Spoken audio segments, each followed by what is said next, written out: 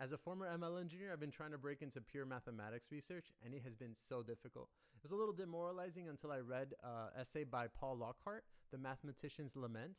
I personally found it to be a little inspiring, but also very emblematic of what is difficult in this space. So there's a lot of language that you learn without actually being able to apply it. And I felt that quite a bit. That's kind of why I originally leant towards computer science, even though I did have an interest in math while in undergrad at MIT.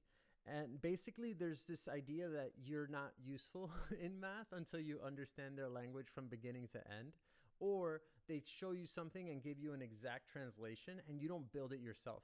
And I think this is this is showcased in the circle diagram they use to show research, where it's this giant circle and then you're going to make a little bump with your PhD. And I find that to be a little disheartening. I think of it more as like there's a tiny circle in the middle. And yes, there is some global big circle, but really what you're trying to do is like find a crack in it very early in the circle. So then you have this little piece and you kind of make the circle bigger, but from a little deeper. And it helps me kind of come to terms with the fact that I might not be like at the cutting edge, but I might find a different way of looking at something. An example of that for me right now is I'm looking at n to the third power, and I find it really interesting to look at it as a series, and it ends up having triangular numbers, and I don't know, I find it really interesting. And actually there's this book on Fermat's theorem that I've been reading, and I can't find it now, but basically it showed not exactly what I showed, but it did show for n squared that there's this connection with triangular numbers and how effectively triangular numbers end up creating squares themselves. And I refound that myself, and I think that's more important for becoming a mathematician than actually reading someone's paved road.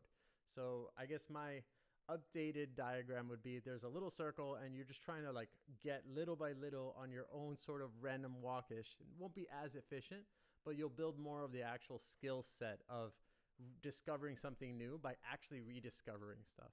And this is sort of how I'm going about it. Luckily, I know how to code, so I can test a lot of my ideas with code first and then go into the math later. And I'm using Lean to help myself effectively formalize the math. And I don't know, I think as an amateur mathematician, all of these tools have helped me. And now I'm trying to help you do the same by kind of like collecting a lot of resources in Lean, resources in Python, and re-implementing stuff from scratch so we can see under the hood how it works as we develop ideas. And then ideally we can, crack that circle earlier on and invent our own little piece of the world, grounding it in something formal so that we won't look like lunatics just, inventing random stuff with no actual basis. So let's see how it goes.